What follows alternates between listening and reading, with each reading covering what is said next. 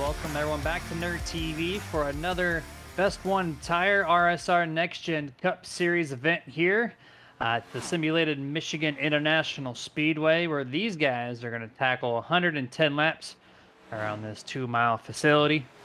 Weather on the track right now, 104 on the surface, 78 degrees in the skies, 56% humidity, partly cloudy, and basically no wind in the area, so not a factor here this evening.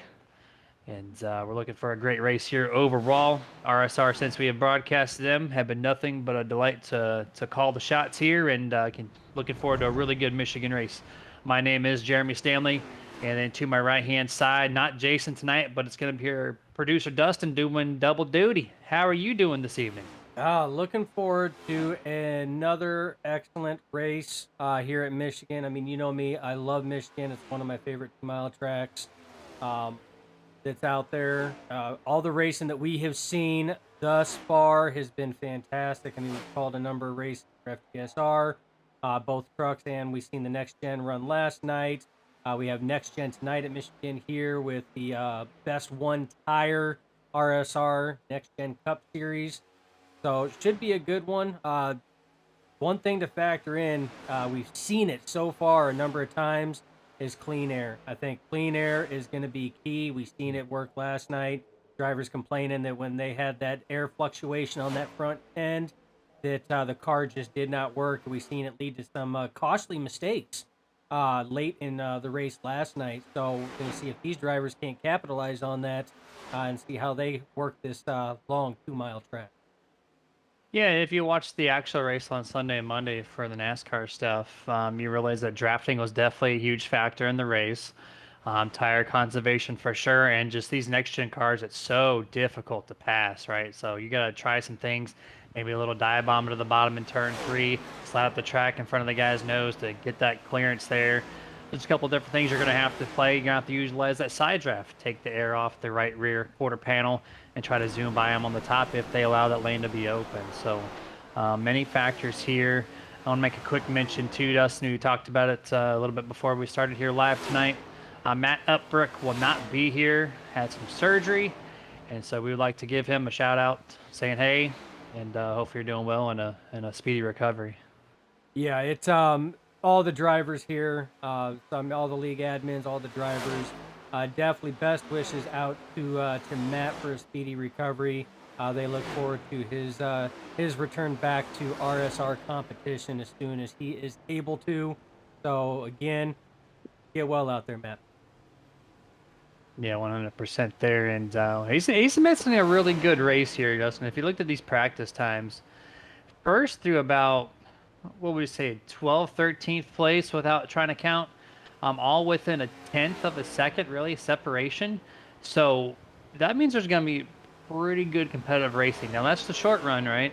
Who knows who that's in a big pack or whatnot, but it's much tighter than what we saw yesterday in the practice charts. So I'm just, I think me and you are going to be calling an excellent race for the Waterford X or Concepts 220 here tonight.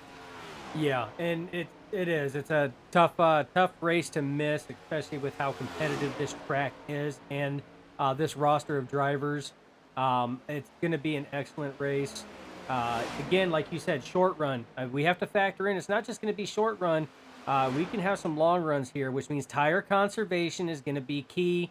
One, you're going to see drivers changing lines all over the place. That's one of the amazing things to see at this track here is when you see drivers in the entire pack going to turn 1 or going to turn 3, and you just see them fan out, and they're running, 3, 2, 3, 4 different line variants going through the corners, and each one, depending on their setup, because this is open setup, can, I mean, be fast. So seeing these drivers do that, but they also have to worry about their actual tire wear. Usually the higher you run, like right now, you've seen the 11 up there of Alexander Hodge. He was way up in that high line. That's fast, but could add tire wear. He's got the .2 P1 in practice. We're going to see if we can ride along with Alexander Hodge in this qualifying session. But it is our time to get our faces off your guys' screen. We're going to go full screen here on this qualifying session and wait for Alexander Hodge to jump in car. to show what he's got here, which he is on the track now. Quick shout outs on the chat here on YouTube while he is warming up his tires. Skeletor698 saying, let's go be fine. That is the Brian Fine, of course. And then 213 Simware on the chat saying, good luck, everybody. So, got some sponsors, got some fans, got a bunch of everybody out here. So, feel free to chat in. We'd love to give you a shout out. And we already got 14, 15 viewers currently before race time. So, definitely bring it on. But we're on board here on the hood camera, or roof camera, I should say, the number 11 of Alexander Hodge, as he is getting his lap set up for the green flag. Yeah, and you're going to see these drivers. This is very reminiscent. They're going to run the qualifying laps very similar to that of a Daytona or Talladega. That first out lap, you're going to see them run high because they're trying to wind these motors up. They're trying to get these things wound up, get as many rip'ems in there, as Scott Bart likes to call them, in those. And then you are going to see them, for the most part, dive it down as far as they can. You see that entry there was a little more conservative there for Alexander Hodge going through. He ran that second lane on the entry, but we have seen that second lane be fast, Jeremy. But typically when we see the qualifying runs, they dive down to that yellow line there. It's the shortest way around the track, and if you can get your car to grip down there and get that front nose to bite, it's usually that fast route. Yeah, and I was taking some notes from yesterday when we were watching as he crossed the line here. First lap as 39.1. Yeah, that turn one for him last time was just, he went up the track from turn one. Like, he just could not stick it to the bottom. Coming through this time on lap number two, much more smoother. Yeah, he looks loose on entry, though. He really does. A little bit of bobble on entry. Yeah, you're not kidding there. I saw it too, right in the middle, 1 and 2. That car did at least one bobble, if not two. So we're going to see how that affected him. But I was going to say, like, you could run maybe the middle of the top on the Q lap, maybe not so much the top, but 3 and 4, you can go down to the bottom. You saw a lot of cars make passes in 3 and 4. Remember, you only have to get to the start-finish line, right? So that's only halfway across the front straightaway, so you can shortcut 3 and 4 to get that advantage. Crossing the line, 38.9, 3/10 slower than his qualifying, or his practice time, rather. Does not put him P1 here tonight. No, and like I said, I mean, it doesn't seem like much as we're going to be riding on board here with James Catrone. It doesn't seem like much, just little bobbles like that. But when you are talking tenths of a second or hundredths of a second, a little bobble like that on a qual run is very costly. It can cost you those tenths and those hundredths. So he was able to get into the 38-second bracket, that 38.92. But again, it's still a solid run. But Jeremy, it seems like a lot of these drivers are having similar issues. We're watching Catrone here. He seemed like he had that little bit of wobble going into the corner as well. So possibly maybe track conditions could be playing a little factor in on this as well. Yeah, I mean, the track's still a triple-digit temperatures on the surface right now in this qualifying session. So it's really just the hot track that's keeping these cars from gripping up here. And these guys are on the edge anyways with these open setups, as you mentioned. They're on the edge, right? They're trying to get every ounce of speed possible out of them, and it's very easy to overdo that line there and to get the car a little upset. And so that's probably why we're seeing a lot of these qualifying times a tenth or 2/10 slower than the practice times, just because, you know, you don't have many laps to do it. You just have one attempt. Exactly. So it's going to be key. Now, you may see drivers elect not to take any qualifying time, start in the back, work their way forward, but this is definitely a track that you want to try to start up as high as what you possibly can. You don't want to burn any more off these tires than what you have to. And the further back you are working your way through the field, it's going to burn extra rubber off those tires, and especially if you go on a longer run. By the time you get up to, say, the top 10, your tire wear is not going to be where the top 10 drivers' tire wear is. Your tire wear is going to be way worse off. So definitely trying to get the best qualifying time. That's why qualifying is so paramount here at Michigan. Yeah, the next gen cars here. I mean, it does produce good racing, right? But it's just difficult to pass. So, I mean, you heard a lot of the actual NASCAR drivers talking about it. If you tuned in yesterday, you heard some of them talk about it. It's just track position is number one in everyone's mind. You want to be up in front no matter what you do. As we just saw Andrew Little cross the line there moments ago. P14 on the boards, 38.9 as well. And qualifying session is over. You see the checker flags on the right-hand side. Blake Howell with a 38.703. Going to start tonight's race P1 here for the Waterford Concepts 220. And these guys are getting ready on trackside here, or actually in pit road, which I love this staggered start, Dustin. I Love it. wish they had all the tracks need to adopt this feature some way or another. But here is the starting order here, presented by Dusty Pete's Gifts and Collectibles. Blake Howell is going to be starting P1. Nathan Campbell is going to be starting second. Zach Schrenthal is going to start in third. Nolan Potter in fourth. Adam Boughton going to be starting in P5. Sixth place belongs to Alonzo King. Starting in seventh, Ryan Bean, who's going for a four-peat. Let's see if he can get that victory once again. Eighth place is going to be Kane Lee. Ninth place, Bob Fitzpatrick. And tonight's 10th place starting car, the number 5, Matt Hayden. Yeah, James Catrone comes home in 11th on qualifying. Alexander Hodge will start 12th. Harold Watkins will roll out P13. Andrew Little will roll out P14. P15 belongs to Brock Potter. Stan Carnathan will start P16. Kevin Zabladil will start 17. Michael Sheffield will start 18th. Rolling off 19th, Rusty Modesty. And P20 for start will be Michael Carter. 21st will be Jerry Culver. 22nd is going to be Tony Ludi. 23rd, Trevor Massetti. I butchered that, Massetti? I'm so sorry. Massetti, thank you. I don't know what I was thinking there. 24th, Harold Rothery. 25th, Brian Fine. 26th, Steve Potter. 27th place, the 99 of Kevin Ruff. 28th, Robert Fitzpatrick Sr. 29th place, Anthony Younes.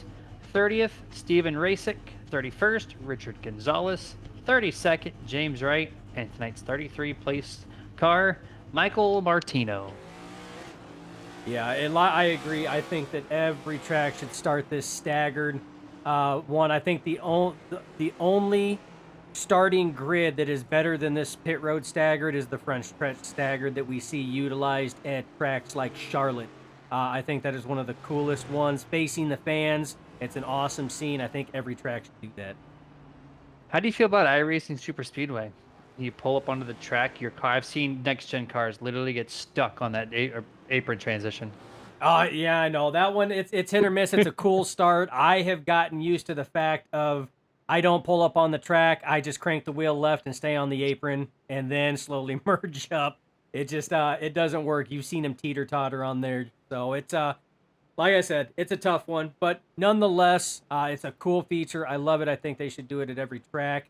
But I tell you what, Jeremy, these boys are ready to rock and roll. They're going to be putting on a hell of a show tonight.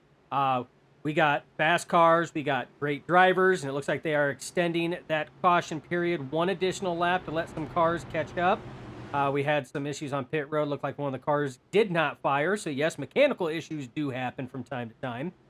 So they are extending that one lap. But as I was saying, we got a fast track, we got fast cars, we got great drivers. Jeremy, it's going to be a hell of a show tonight. Yes, sir. It is really going to be a great 110 laps here for that Waterford Concepts 220 here tonight at the simulated Michigan International Speedway. And actually, Dustin, we saw this yesterday during our FTSR broadcast. We saw the 22, my pick for yesterday's race. Robert Malikian started on pit road. I think they're waiting for him to catch up, and that produced a one additional lap. So 2 times in a row, we're going to witness that. Does not count toward the race lap, so no green flag yet. We will get that this time by as long as everything is situated. Jumping over to the YouTube chats before we head to green flag. I got Dark Eyes, I think it's how it's pronounced, saying let's go Boughton. That'd be for Adam Boughton. That's going to be starting in 5th place. I got my 3 sons saying let's go Jerry Culver. And we got Mitchell Owens rather saying let's go Hodge. So we got multiple drivers with their fan base out here tonight. And then also on the Facebook side, I got Justin Hendry saying let's go SJR/HAR. Prayers to Matt. Yes, 100% on that. And I love the shout outs here. Bring them on. It's going to be great to shout you out when and where. If you have any in-race stats that we might need to shout out as well, please bring the action, because as you guys will get to know me, my playbook sucks. So we'll see how that works out. You're not wrong. I was hoping with all of the productions that we've done that your playbook would have at least got a little bit more accurate. You've been right a couple times.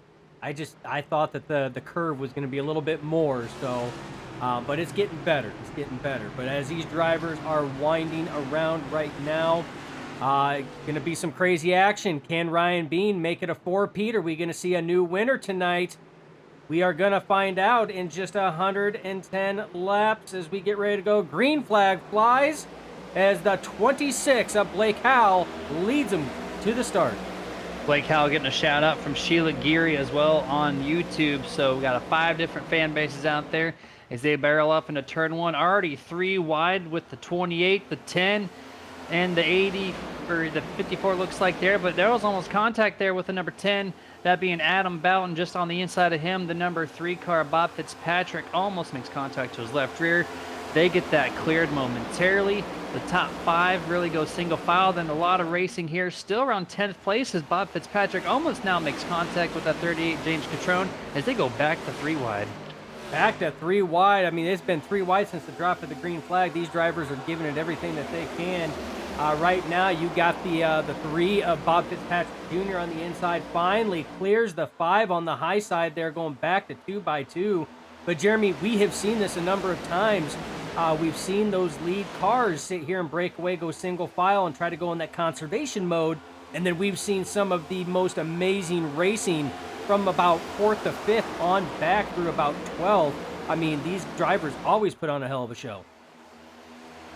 Yeah, 100% here. I think this race is going to be even more action-packed here early on, though. The top 5 single file, then everybody else, it seems like, is now just double wide all the way through. There's a lot of change up here. Back to 3 wide once again on the front stretch, just outside the top 10.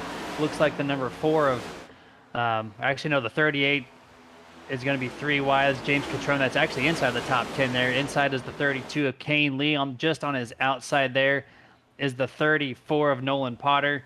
They break that up back to 2 wide here. Number 3 of Fitzpatrick momentarily disconnects. I don't know if he's going to reappear here, but that space is now open entering 3.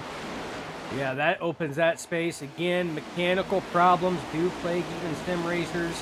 It looked like Catrone got loose off of 2 there after that 3 wide race in there. Had to dive it way down to the inside and brought it back up to rejoin the racing. So, again, Jeremy, not ill-handling cars, just cold tires. These tire temperatures have not come up.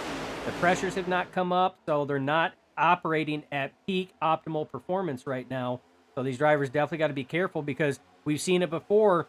These cars can be easy to save with that rack and pinion steering, but they can also snap at a moment's notice. And when it snaps, there's no bringing it back. Yeah, essentially what that is they're running those low-profile tires, right? So there's less sidewall on these Goodyears compared to years previous. So when in the old car, when you got loose, the sidewall will roll over a little bit more. It gives you a little more play before it snaps loose. This one is such a stiff sidewall because it's so small, right? So when you get loose, there's no movement in that tire. So if you overcorrect it just a little bit, you will snap it loose. But at the same token, there is a lot of side force, a lot of down force on these cars. So it comes into your thing where you said that it's easy to save it as well. So it's a double-edged sword there. But we did see Bob Fitzpatrick. He did drop out of the session due to packet loss. So the mechanical failures come through the internet side typically, and this time it strikes Bob Fitzpatrick as he has not connected yet. He is now multiple laps down. That's a tough break because Bob was running very well on there, and as you were talking about the tires on there, I was looking at this battle right now from about 15th to 20th. I mean, you could throw a blanket over this whole group right here, and actually it's even further than that, about 8 cars. They were 2 by 2 by 2 by 2. Excellent. Some of the drivers that were in there, Brian Fine, Kevin Ruff, you have Zabladil was in there as well, Ludi. So a lot of the drivers that were in there. And I'm kind of surprised, Jeremy, that a lot of these names were names that we typically see a little further up, and they started more so towards the rear. So they're going to have to work double time to try to make their way back up, as we got 3 wide race in action right now. As we see Brian Fine on the inside. That's inside Michael Sheffield and Kevin Ruff. They're going 3 wide right now, and it looks like Brian Fine is going to be able to clear both Sheffield and Ruff. Yeah, he barely clears Sheffield off of turn 2. Had to really check up that 1 car. He backs it up. They go single file. It's so easy, Dustin, to figure out where Brian Fine is with his sponsor running his last name on the hood, and it resembles that Busch Beer logo. So I knew that right away when I saw his hood, and it looked like we had some good racing too for the race lead, and we still have side by side here. 26 of Blake Howell gets past that by the number 80 of Alonzo King, who started 6th place. So this guy in this number 80 car up 5 spots to P1. Yeah, and if, correct me if I'm wrong, because usually I'm in the production booth. I'm not in the actual commentary booth. But I do believe that this is Alonzo King's return back. He was not here last week due to a one race penalty that he had. So this is his first return back, and what a return it is!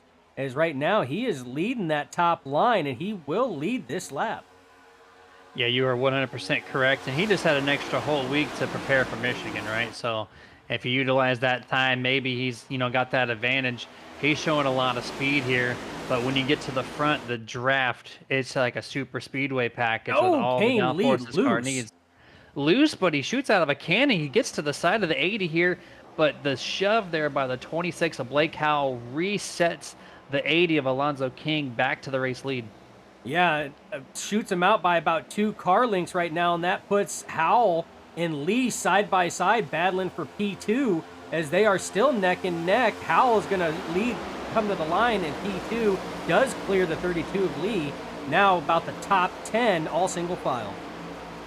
As that settles down here, battle now on the tracks just for inside this top 10. The number 11 of Alexander Hodge trying to get around the number 4 of Brock Potter. Loses that momentum off turn 2, which the top side seems to be the dominant factor of this track. On turn 2 exit. Oh, and he comes up and actually looks like on my end checked up the number 10 there of Adam Boughton. So he had to really back up that corner, but you see the backed up entry. He goes for an awesome exit here. He's going to ride single file though, but right in front of these guys, they got a pretty good race. Yeah, and what that was just trying to get clear. It's the 11 of Hodge thought that he had more room than what he actually did, and there was just enough of Boughton's front nose there to make contact, and that's what that little wiggle was as he was trying to come back up in line, because again, draft is paramount here, so you do not want to stay outside the draft for very long, kind of like Michael Carter is there, that Exalta car on the inside. You see he's struggling right now because that draft line and that air train is right now on that high side. This place has almost become like in Atlanta where draft is just so superior, and you're seeing this one massive pack around this track as really the top 10 have gone single file. Blake Howell on the 26 has regained that position for the race lead. So you're going to mark that for the second lead change of the night amongst 2 drivers, the 26 and the 80. But right now the 57, Brian Fine, moves to the top, gets to the outside of the 23 car, that being Harold Watkins. He quickly gains that spot. Now Kevin Ruff also sees the door open. He's going to take it, at least try, as they go side by side into 3. Side by side into 3. You see the 23 on the inside of Harold Watkins, but that run on that high side is so strong. Jeremy, we've seen this in races past, that low side trying to maintain the speed. You can make it happen. You can complete passes racing somebody on that low side while your competitor's on the high side, but it's a lot more difficult in order to do that, and you really have to time it and set it up right. Otherwise, typically that high side, if they have a clean entry and good throttle points all the way through, usually dominates coming off corner X. Yeah, 100% there. I want to quickly jump back to the chats. Michelle Rittenberry saying, let's go. Kevin Ruff. Mary Ann Sheffield saying, good luck, Michael Sheffield. That's on the Facebook side, and back on YouTube, I'm seeing Paid Guitar saying, go Kane, and Best Buy Racer saying, go Kane as well. So there's about 7 or 8 people out here. Dustin got different fan bases. And I love seeing that. We love interacting with all you viewers out there.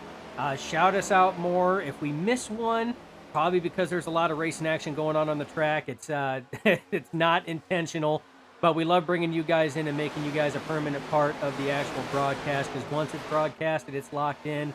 So again, shout us out. Tell us your favorite driver. Make comments about the action you see. We love to see that. And as we were just talking about that, the 26th, the leader from last lap, Blake Howell, gets massively loose there on the apron, or the bottom groove transition in turn 2. And he lost 5 or 6 positions, dropped from the race lead back to 6th place.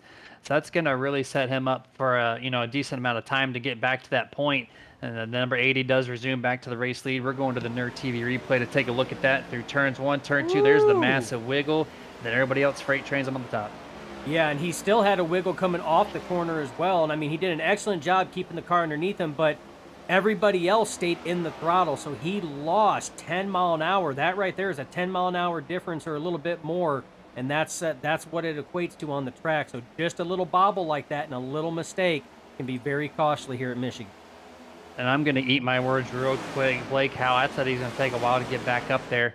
Nope. He Wrong. went from sixth to second in that very next lap. Ain't that either he's conserving his tires on this run or he just found a massive opportunity on the track. But he dives it deep into three, gains up a lot of that ground. He's going to quickly get back to Alonso. Yeah, he is, and you notice he's taking that line we were talking about in qualifying, getting closer to that, painting that inside line. And another driver I see doing that as well that we know can be very consistent is that 28 of Ryan Bean back there. He was actually lower than Blake Howell in the corner, right on that yellow line all the way through. So, again, as you can tell, drivers are really testing the limits to see exactly where their car is going to run best. Because right now you see the 45 of Nathan Campbell on the inside trying to make a pass on the 32, but you see the 32 and that entire draft train is on that high side, and that's what's going to be costly. But you see that entry is so good with Campbell on the 45 on the inside, but here it comes. There's that run on the outside, and they're 3 deep to Campbell's 1. So this is where that draft comes in. The 5 of Hayden jumps way down, 3 wide, crossing the line. Yeah, he backed out on the throttle too. He recognized that he was not in a good spot there, so backed up behind the 45. And if you're going to run the bottom, 3 and 4 is the way to do it. You got that large swooping exit off turn 4, which doesn't really carry the outside momentum as strong as the turn 2 one does. So you'll see more guys explore the bottom of the track. And you said testing out their stuff, Dustin. That is, we have a 40 lap stage number 1. So we're on currently lap 19 at the line, so just almost halfway through this stage 1, and they got another 65 odd laps. They make it to the end the rest of the way. Yeah, and typically this is exactly what you would expect, knowing that a stage break is coming here in just 21 laps. Knowing that stage break is coming, you're gonna push it. You're gonna see where your tire wear is. You're gonna see where your car is set up to run, and you're gonna take those notes down pit road to the service of your virtual pit crew and make the adjustments needed so that you can come back out and finish the long stint there. Because once it's one stage, Jeremy, after that stage, the only time a caution comes out is when there's cars are ready. And we got a new leader back once again, the 26 of Blake Howell. Just finds a great amount of speed, utilizes the draft, and a lap and a half ago he made the pass on Alonso King. So mark that your 4th lead change amongst 2 different drivers, and those 2 are on your screen right now, who've got almost an entire second over 3rd place. Yeah, and right about this mark, Jeremy, so far over the amount of races so far in the last week and a half to be called at Michigan, lap 20 to 30, that's when you start seeing cars start making separation. But we got some crazy racing back there right now, just outside the top 10, 3 wide here, coming off almost 4 wide. These guys are 2 by 2 by 2 by 2. This is, you could throw a blanket over these drivers right now, Jeremy, they're running that coach. Still never amazes me that top 10, right around that bubble mark, is where all the racing is. And here we are once again, the 23 of Harold Watkins here on the inside of the 34, Nolan Potter. You see that outside momentum just carry the 34, almost 3 to 4 car lengths in front of the 23, even after the massive shove Michael Carter gives to the 23 of Harold Watkins. He uses that momentum to dive to the bottom here, up the 4 of Brock Potter. So the 2 Potters at it, nose to nose off corner exit, but the inside seems to work, but the draft on the top will carry the 4 ahead of the 34. Yeah, and like you said, I mean, the racing, and I don't know what it is, right? Like you said, right around that top 10 bubble. I mean, these guys are racing like they're racing for a win, and I love it because it puts on a hell of a show for the viewers out there. That's what they love to see. They love to see good, clean, hard racing like that. I mean, we have seen a number of drivers come off that bottom lane and do that slide job right up in front of a driver, just barely clearing them. I mean, these guys are on the edge, but they are doing it so clean, so well. And Jeremy, we're only working lap 22, coming to 23 right now. I mean, we still got a lot of laps to go, and it's only going to get better from here. Yeah, 100% here, and this is the middle of the run here. right around 40 laps, maybe 45. You can extend your field run to. Then you have to come down to pit road. So um, we'll see how the long run tires work here. Yesterday, we saw the top four really just separate, massive gap. I think over 5 to 6 seconds at one point late in the run. This time, though, in this pack, top 20 are all within 5 seconds of each other. So that's why we're seeing a lot more close battling here, a lot more consistent passing inside the top 10 and whatnot. But you head toward, between 15th to 25th, we're starting to see a little more space there. And that just goes to show what Michigan does to your tires. If you don't take care of them, you head right to the back. Yeah, and one thing that you've noticed, if you take a look at these drivers, a lot of them at the start of this run had been working that first to second groove, mainly that second groove. A lot of them have now moved up to that third and even fourth groove, going through the corners now. That's very consistent with the longer that the run goes. And I don't know if you noticed this or not, Jeremy, but that 28 of Ryan Bean, Mr. Attempting Four-Peat there, has moved himself into podium position in third place, right, sitting just a second off of our leader Blake Howell, and about three-quarters of a second behind that of Alonzo King Jr. Yeah, I just kind of kept my eye on Ryan. I know he's silently passing cars here very uneventfully. And the guy right behind him in that bright yellow 45, that being Nathan Campbell. These two right now are your only two winners in 2023B. So no surprise we're seeing them inch their way back toward the front, especially Ryan Bean, who started 7th, up 4 positions. And last time by, he was just over 1 second behind the race leader, Blake Howell. At the line this time, he gains a 10th there, so he's 0.941 away from the race lead. Just inching his way there on this pace. He might get there before we see stage caution. Yeah, he very well could. And to the dismay of Alonzo King Jr. Oh, as he gets loose off it too. That's not what he wanted there. But to the dismay of Alonzo King Jr. and Blake Howell, he is also pulling all the cars behind him with him closer and closer, as now they have closed in on the back of Alonzo as they are coming again through 3 off of 4.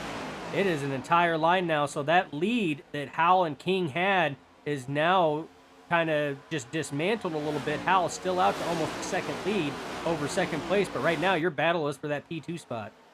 Very late cut there to the inside of the 80, trying to do it, but right now this top side in turn 2 still seems the preferred way. But the 28 just has too much grip in comparison to Alonzo King. He has to give it up. Nathan Campbell gives the 28 a good shove.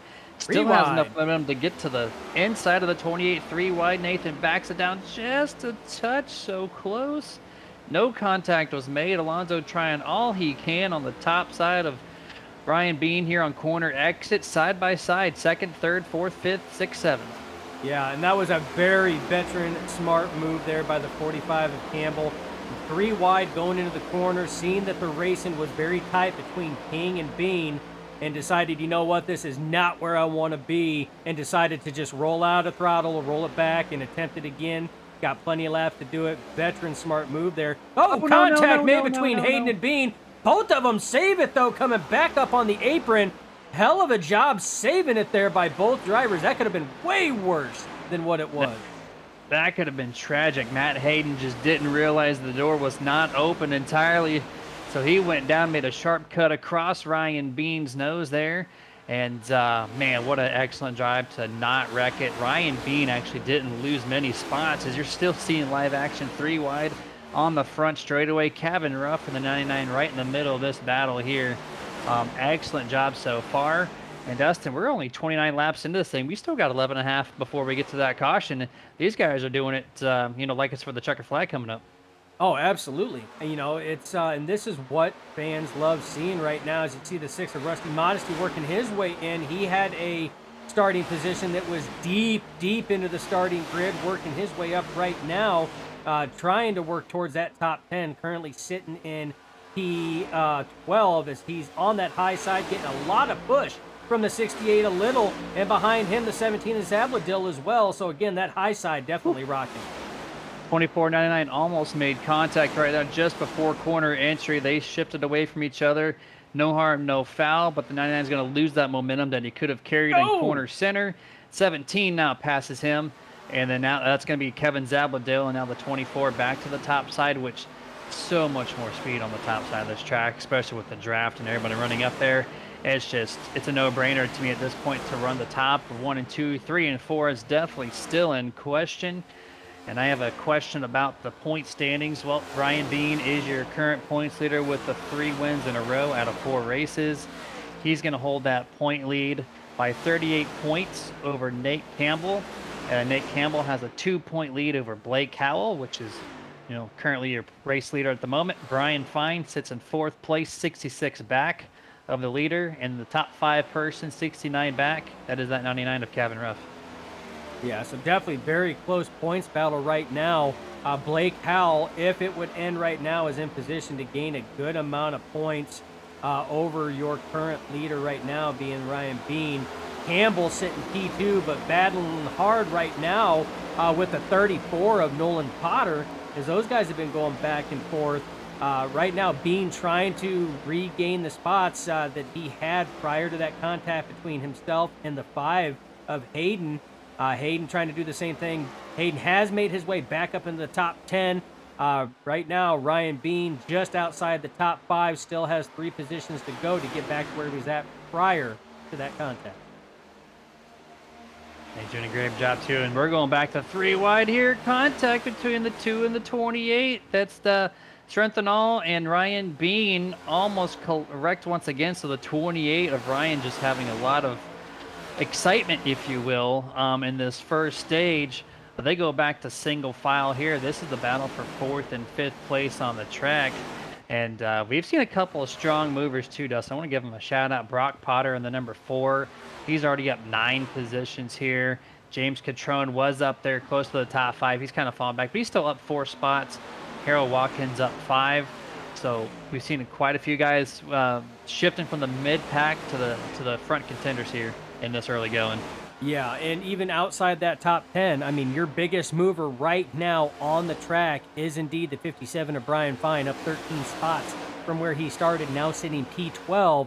So slowly working his way up towards cracking that top 10. But I tell you what, Jeremy, I mean, we've seen a lot of contact here, and for everybody watching, these drivers, this track changes a lot. I mean, it can go from single file to 3 wide in the blink of an eye, and you may not know it. So that spot that was open a split second ago when you guys were 2 wide and you thought you had room, now all of a sudden is filled up by another car, or another car went to try to go for a pass. So these spots fill up fast, and you do not have much reaction time. So for these drivers to be racing the way they are and even having contact and making close calls and nothing has happened, that's a testament to the skill of these drivers. Yeah, 100% there. And the tires, they're falling off about 1.5 seconds to 2 seconds at this point. So there's a little bit more tire wear than what they experienced on Sunday and Monday. Speaking of tires, quick shout out to the series sponsor, Best One Tire and Service. If you're looking for a one-stop automotive repair and tire shop, Best One Tire and Service helps you get the new tires repaired, and auto service that you need from the people you can trust. Check out where the nearest location is to you by visiting www.bestonetire.com. And Dustin, we got 5 laps to go in this stage. Yeah, 5 laps to go, and I tell you what, we've been talking about all the race in action, but one thing we haven't mentioned is that Blake Howell, your race leader right now, out to a 2.5 second lead over the 34 of Nolan Potter. And I tell you what, this is what we were talking about. So draft is so strong, Jeremy, but if you can stretch it out and break that draft, you can, and just run your line and have a clean air like Blake Howell does right now, you can stretch a lead. We've seen it time and time again over the last week in various different series here at Michigan. That's exactly what Blake is doing right now. He is stretching it out and has been maintaining that 2.4 to 2.5 second lead right now over that second pack, which again has been racy as all get out. And you can tell he's fast, not only by just the pure lap times that he's running right now and the gap between him and second place. There's been a couple factors, right? He got loose, what was it, about lap 15 or so on the bottom of turn 2, went from 1st to 6th, and then 1 lap, moved himself back to 2nd, and then took 2 more laps after that to get himself back to the lead. But how he's obtained this big lead is, well, 1, he's fast, of course. But number 2, remember the race or the guys for second, third, fourth, fifth, they were all side by side for over a lap, 2 laps, maybe 3 laps, I think, solid. And side by side versus single file by yourself, that's the preferred way. They slowed down outside of his draft, right? There's no cars in his wake, so now he's able to pull away freely without pulling anybody behind him. So able to extend that lead to 2.5 seconds over Nolan Potter, who is just continuing to get faster and faster as his race progresses. Yeah, and again, it's excellent run right now by Blake. But again, as we cross the line, we are 2 laps away from our official stage break. So these drivers are going to come in, and I'm telling you folks out there, it is going to be a different picture when these guys come back from their service from their virtual pit crews, because they're going to make those much needed adjustments that they would really, truly want right now, because they got a feel for what these cars are doing and what these cars need. So you're going to see a lot of drivers. They're going to have, I mean, it's going to be like night and day. So it's going to get fun real quick. But look at the space we have. That top 10, even back to that top 11, because I mean, Rusty Modesty is right there with that group as well. There's a huge gap between 11th and 12th. You got this little mini pack right now that contains Little, Zabladil, and Hodge. And then you even have a little break further back than that. So you already see these packs start to form, Jeremy, which is very typical of Michigan on long runs. Yeah, absolutely correct there, as white flag is out for this stage here. Pit road is closed. You cannot pit 2 laps prior to stage ending. No one came down for tires, so every single driver you see in the field will come down for pit road. They have 3 sets of tires behind the wall during this entire race. But the number 26 class of the field so far going to come to the line P1. We're going to wait for 10th place to cross the line, and the caution will wave for the first caution of the night, presented by Roasted Gems Coffee. And there it is. You see it on the right-hand side of your screen. All the coffee grounds and whatnot just falling away from the screen. But this is it. This is stage end. That's going to be a great time for us, Dustin, to kick it to picture-in-picture mode. And we're going to watch a few commercials, get set up for stage 2.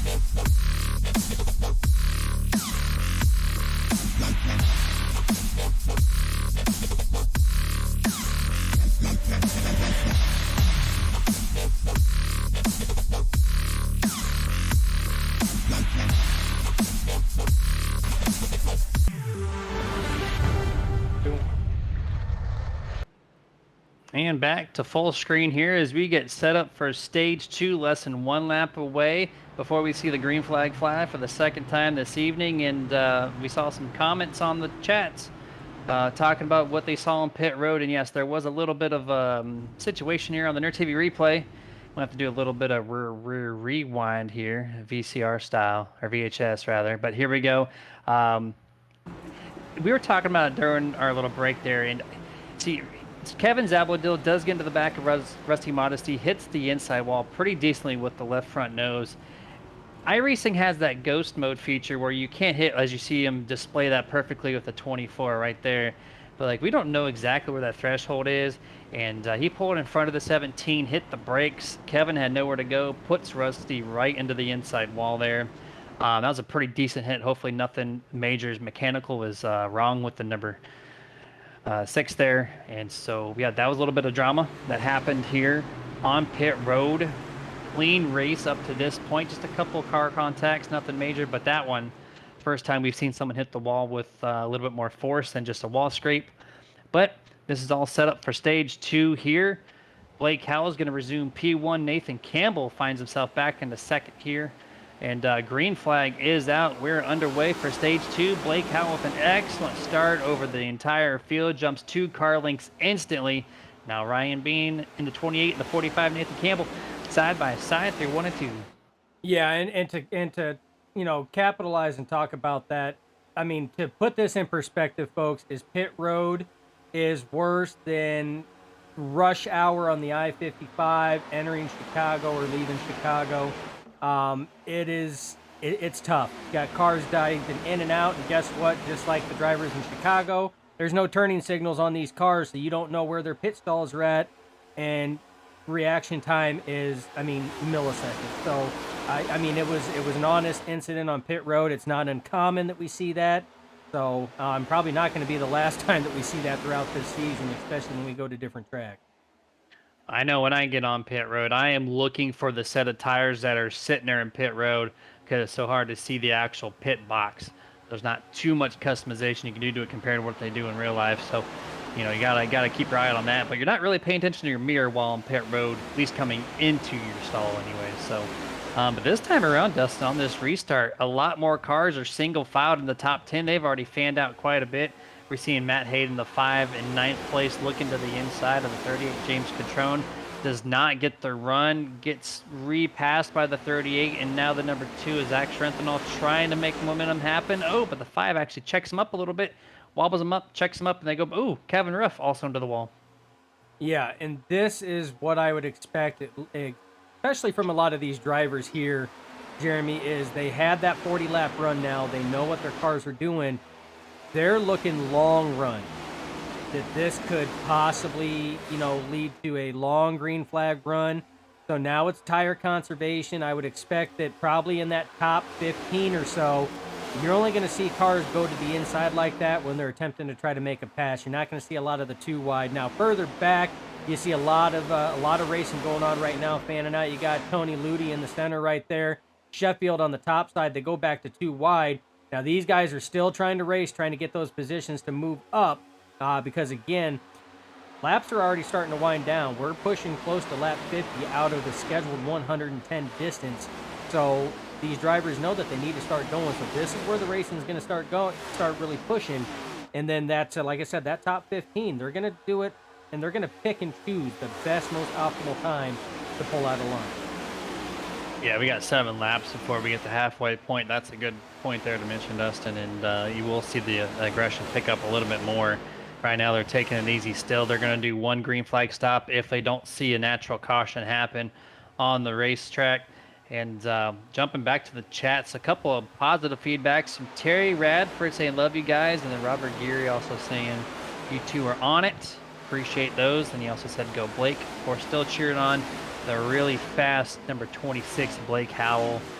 And then on the YouTube, Jimmy Fitzmaurice saying, team drama, LOL. Well, that'd be a nice little debrief after this race is over to see what their 2 stories entail. Yeah, I always love the little spins and stuff like that, and we love you guys putting that in there because it makes us chuckle. it makes us chuckle, then it's going to make other people chuckle. So it's always good. But in the end, I mean, team or no team, I mean, a lot of these drivers, they've raced with each other for so long. You know, we know stuff happens on the track in pit road, but in the end, this is just a virtual simulation of it. And the whole reason why we're here is to be around like-minded individuals and have some fun, doing what what a lot of us don't have the opportunity to do in real life, which is drive actual NASCARs. Yeah, 100% there. And I'm going to poke a little bit something at you, Dustin. Mr. My Three Sons on the ticker is asking for the top 20 to be rotated around. There we go. We got to press that Ask one little and thou button. shall receive. Oh, Oh, and no. Hayden going around hard and fast. That's not what we asked for. He poked a button too. This time it's going to be the 5 and the 99 off turn 2. And we saw this kind of similar to what we did yesterday, Dustin, where we saw side draft gone wrong almost. And the 99 clips the 5 in the left rear, sends him around on the backstretch for the second caution this evening.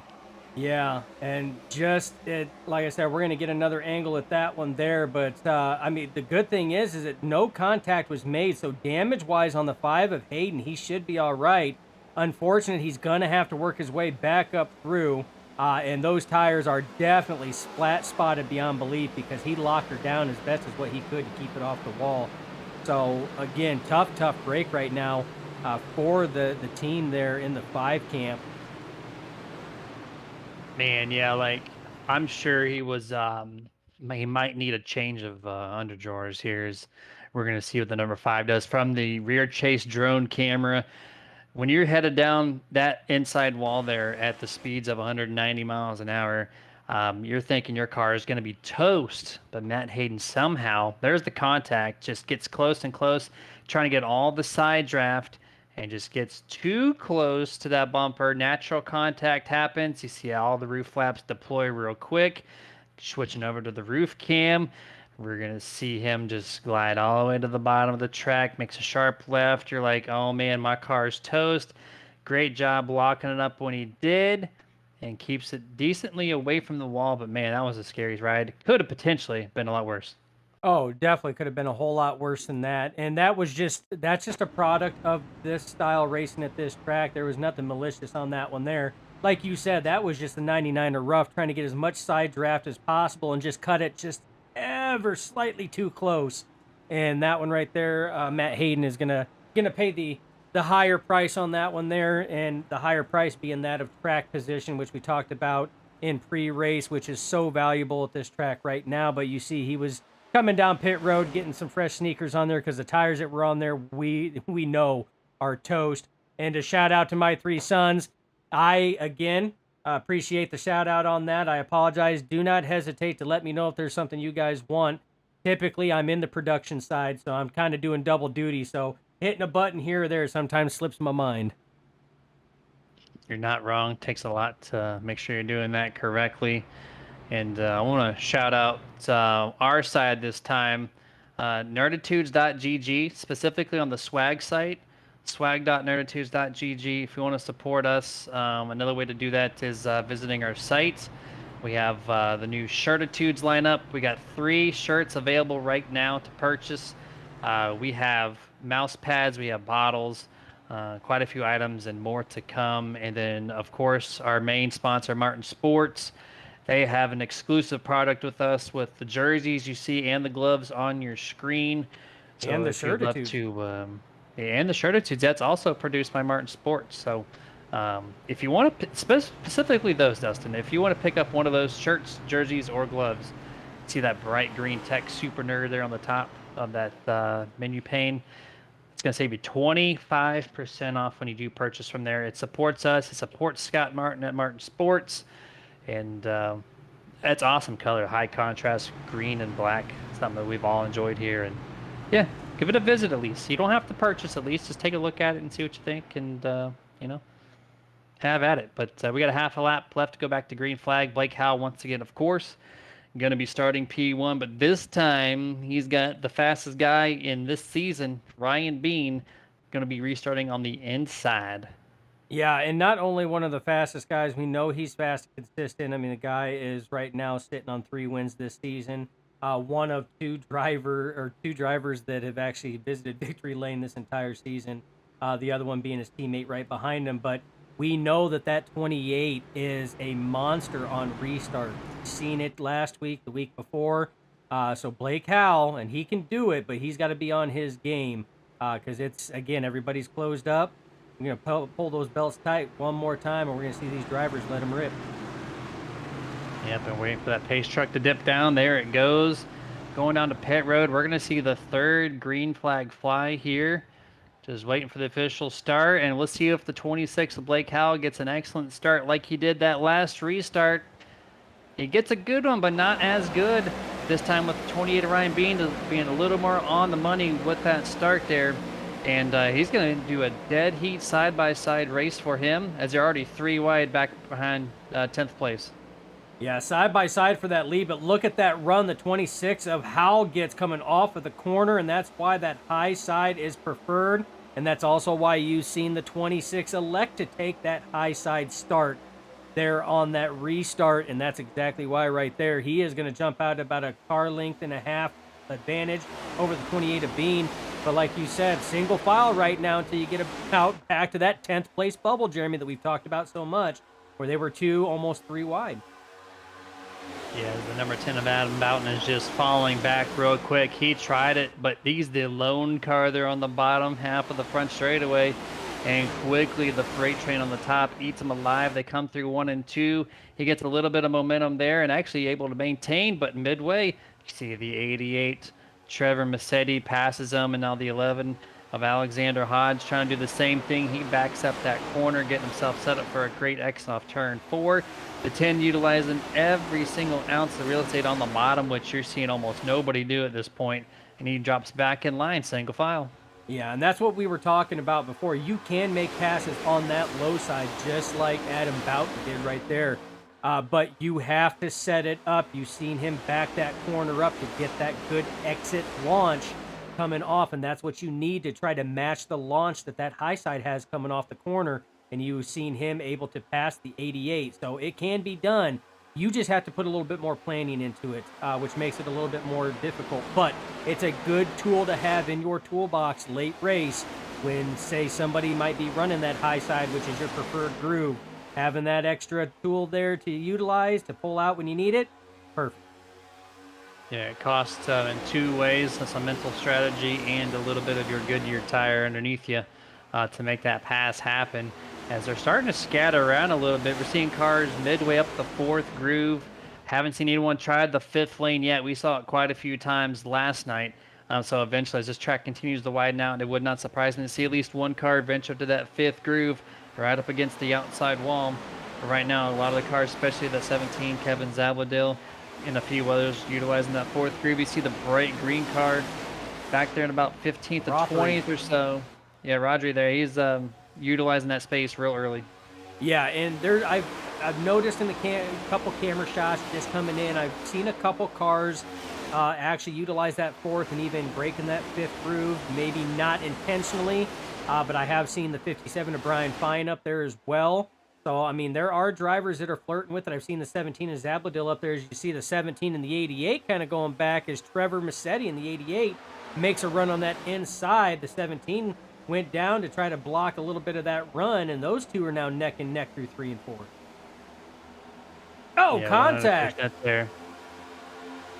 Keep it going straight here, and that back single file momentarily. Alexander Hodge tries to make a move to the bottom. The 88 does block that run there.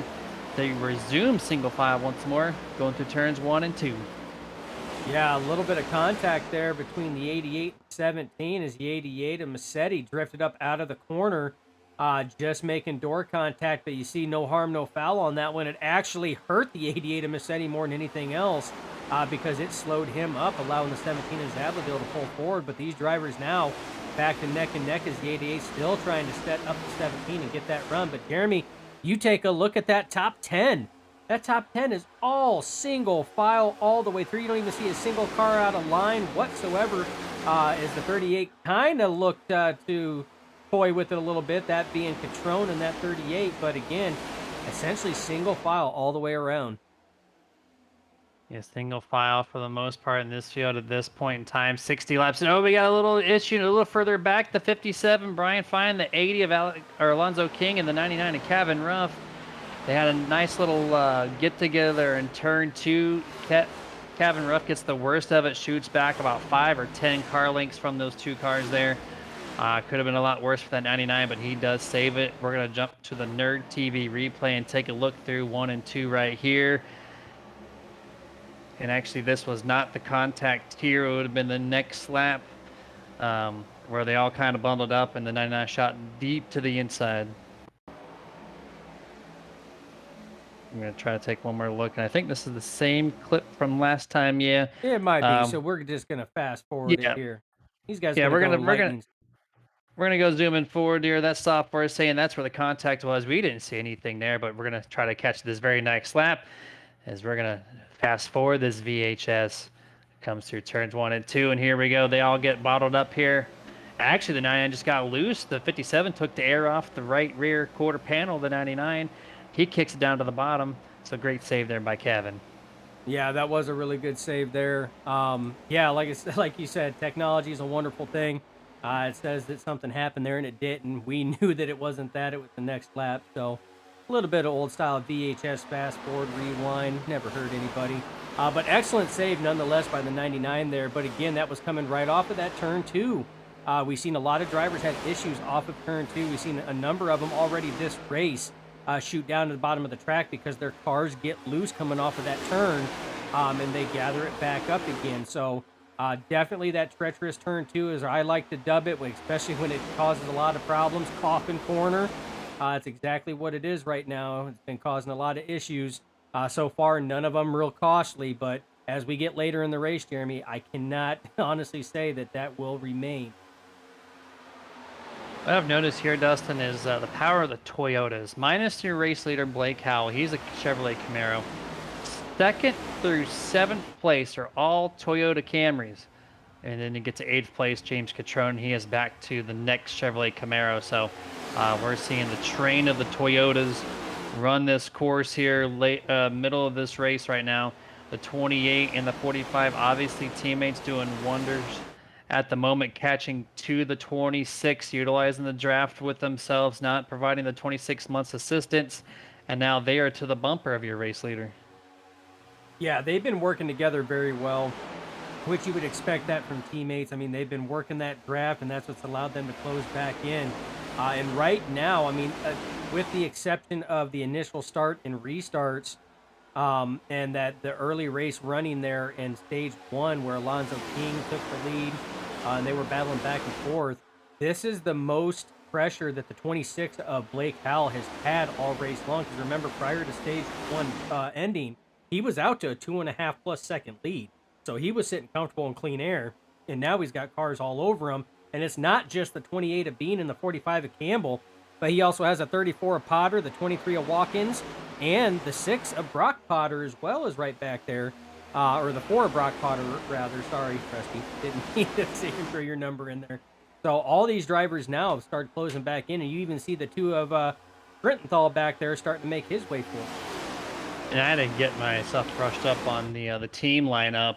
2nd through 7th, those are all the same team members. That's why they're all Toyotas, and that's why they're all fast.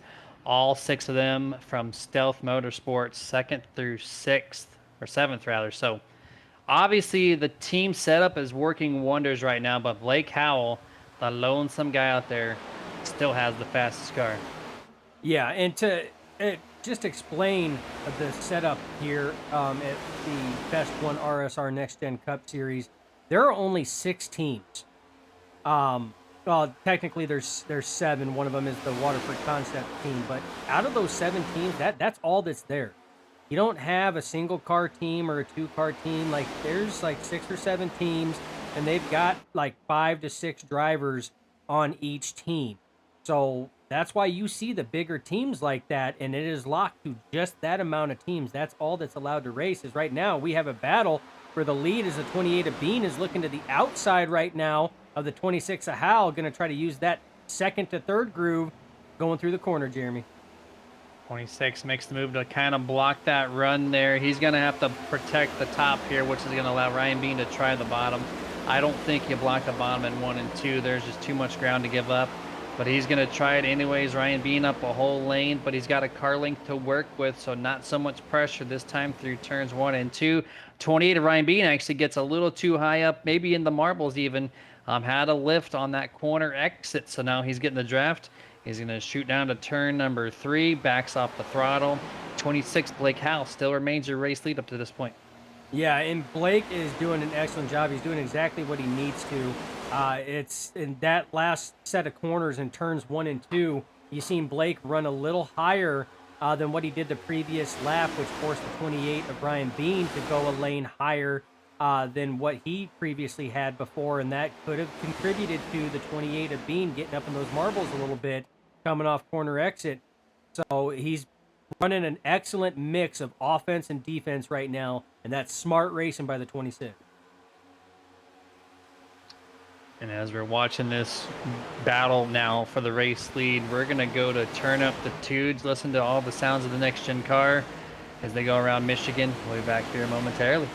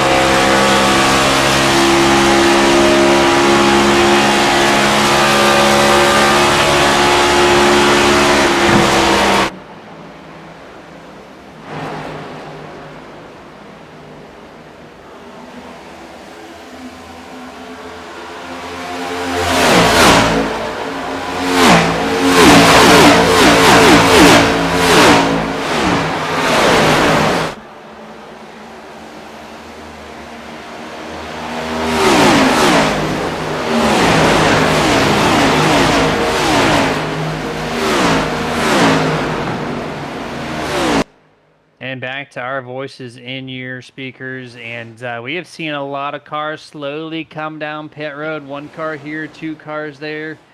trickling in, shortcutting a little bit of this fuel run, setting themselves up for the final 35-40 laps of this event, presented by Waterford Concepts. And we saw Stealth Motorsports come down 2 times. They've come down by themselves, the 45 by himself, the 34 by himself. Then we got a couple cars left. Right now we're seeing your 2 race leaders actually coming down the same time. Blake Howell, 26, the 28 of Ryan Bean. Ryan with a much better entrance makes the pass happen on pit road. Yeah, and I tell you what, I mean, to get back to where what we were talking about is I love this strategy. We seen drivers while we were doing our turn up the Tude section. These drivers were already starting to come into short pit and everything else. I love that strategy. You know, you really, really bring it out and see what these drivers can do. And it throws in that wild card. You don't know what to expect. You know, are they going to have enough? Is it going to be, you know, just a little too much, not enough? It's great to see. But again, this was one of us, Jeremy, that we were talking about that it kind of surprised us. Is we see Kevin Ruff coming back in again. Did he get tagged for a penalty? That's the second time we've seen him come right back down pit road again, so we'll have to keep an eye on that. But we were talking about, we were surprised to see drivers come down so low because this is such a very draft-heavy track. Like we had already stated, we run it a lot of the ways like what you would a super speed. Yeah, no kidding there. And I'm actually watching that in Kevin Ruff. He got 4 fresh set of Goodyears that time on pit road, but he is being held. So I guess a rechange of the tires and being held for a penalty of some sort. Not exactly sure at the moment, but that's already costed Kevin 2 laps. And probably going to be a little bit more before he gets back going. We finally have had our 3rd leader of this evening. It's not belonging to the 26 or the 80. It belongs to the 38 of James Catrone on pit strategy here. One of the guys not come down pit road yet. So him, Andrew Little in the 68, the 5 of Matt Hayden, and about roughly the top 15 have not come down pit road. So about half this field, Dustin, has cycled through. Yeah, and it's going to be interesting as we are coming up to start lap 80 of scheduled 110 distance. So we are just around that 30 laps to go, Jeremy. So it's going to be interesting to see how these varying pit strategies will factor in as we get closer to the end of this race. But it's another reason why I like this track here, because unlike your Daytona or Talladega, your plate racing or anything else, this here is a track that you can factor in pit strategy, and you can pull in some wild ones. We got a 3-wide battle right now for the lead. The 68 a little on the inside of the 38 of Catrone, drifts up a little bit, but that was a 3-wide. The 88 was not part of that factor as far as the battle for the lead, but the 38 of Catrone and the 68 definitely were battling, but it still was a 3-wide moment while they were battling for that lead. Oh no! Oh! More 3-wide, this time with the 23. Again, not for position, but the fast tires are just trying to get through as quickly as they can, and they just make contact with the race leaders. That's, I don't know if that's going to be frowned upon or not with some of these guys out here. Definitely doesn't paint a good image, but now the 23 is able to clear the 38, no problem, gets around. And that's what the 88 too of Trevor Massetti. He did the same thing, but kept it clean that time. He went to the outside of the track where there was no congestion, made the pass happen, quickly in and out 3-wide. But yeah, that could have been huge for a lap car to make contact with the race leader and turn someone around. Yeah, and you know, one thing these drivers have to understand is they understand that these drivers are on fresh tires, but these drivers are also running for position. So right now, Jeremy, I don't know if you noticed this or not, but look who just made a pass for the lead.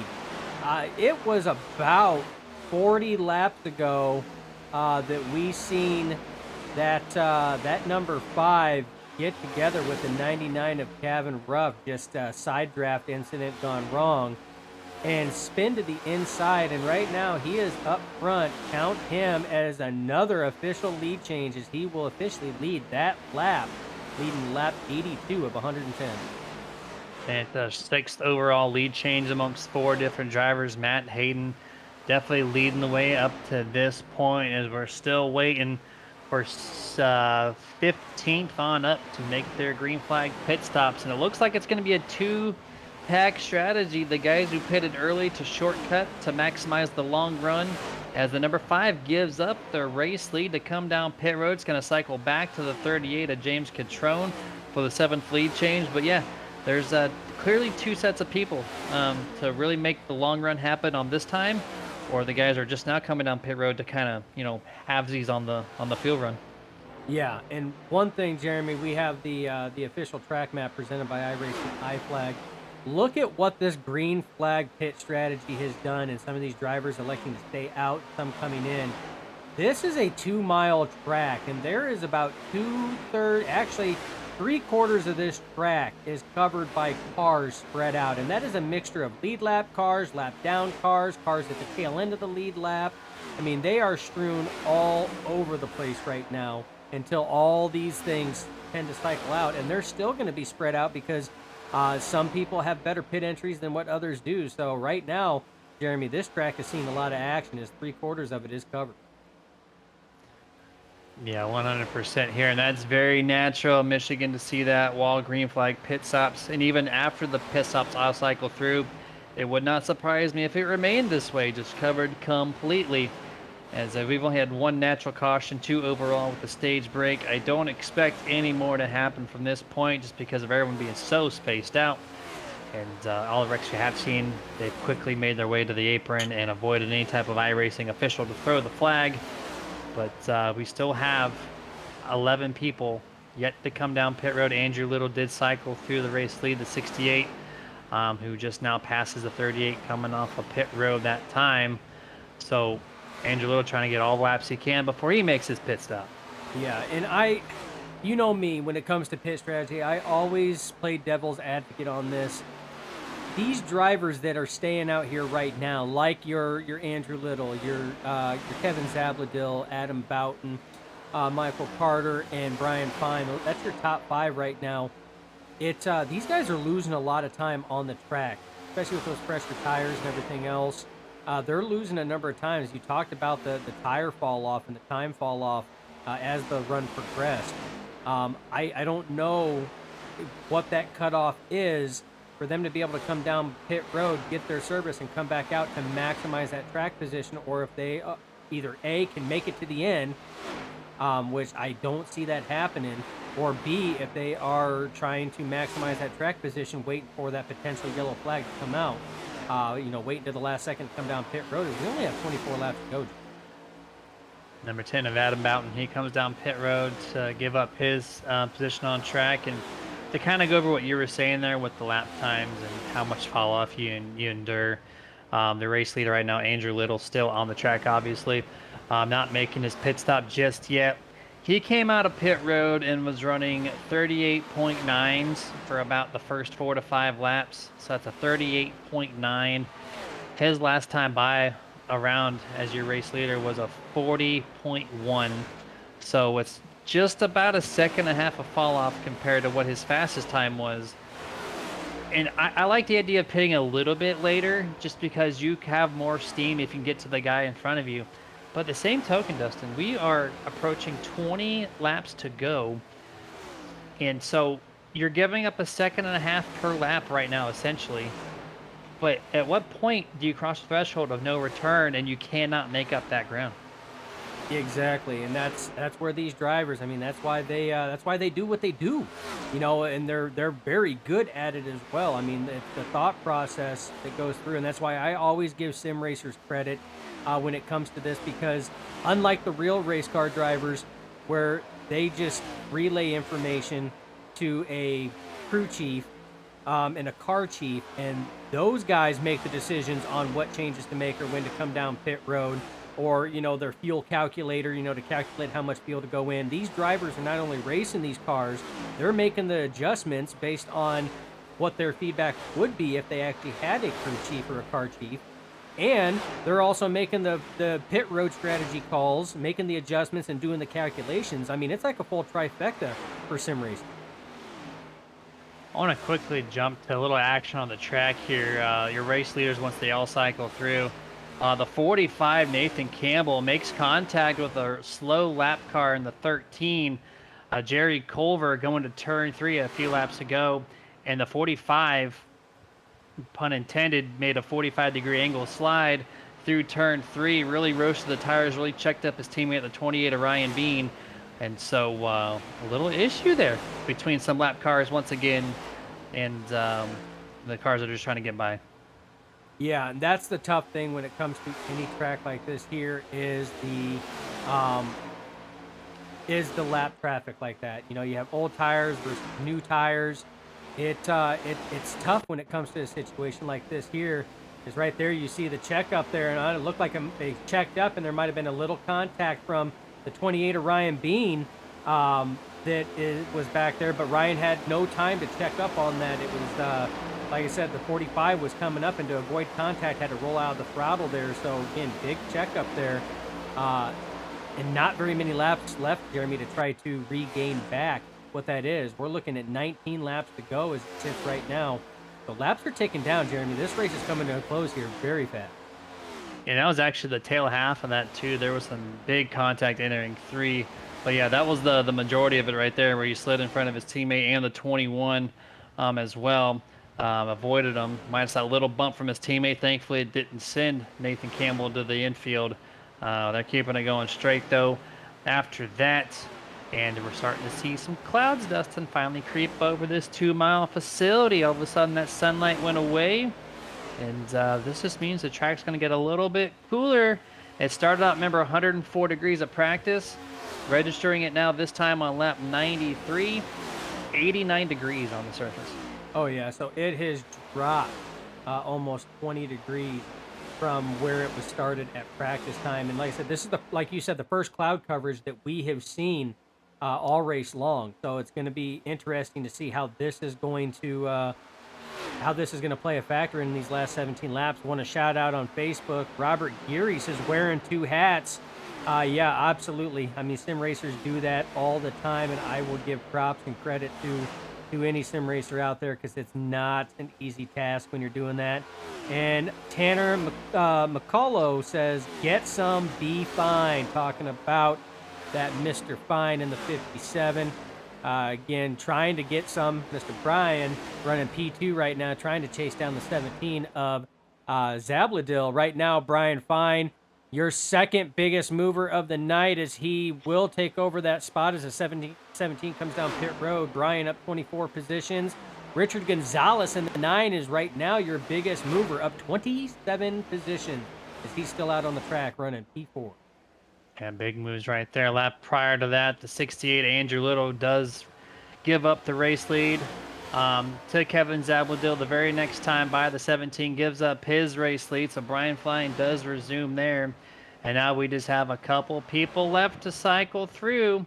Richard Gonzalez and the 57 of Brian Fine. Looks like Brian is going to come down pit road this time here. So one person left in the cycle. That's that number 9 machine, who's already been passed by the race leader, Blake Howell. Just shows how much difference in time that is. And seeing that all cycle through. And that mishap, too, with the 45 and the 28. Blake Howell right now has a 2 1/4 second advantage over the second place 28 Ryan Bean.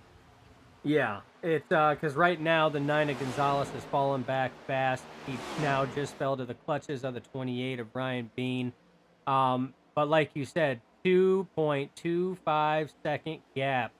And right now, there's the only person that is around the 26 of Howell is indeed the 99 of Gavin Ruff, who had unfortunate pit road issues, got that pit road violation, that hold.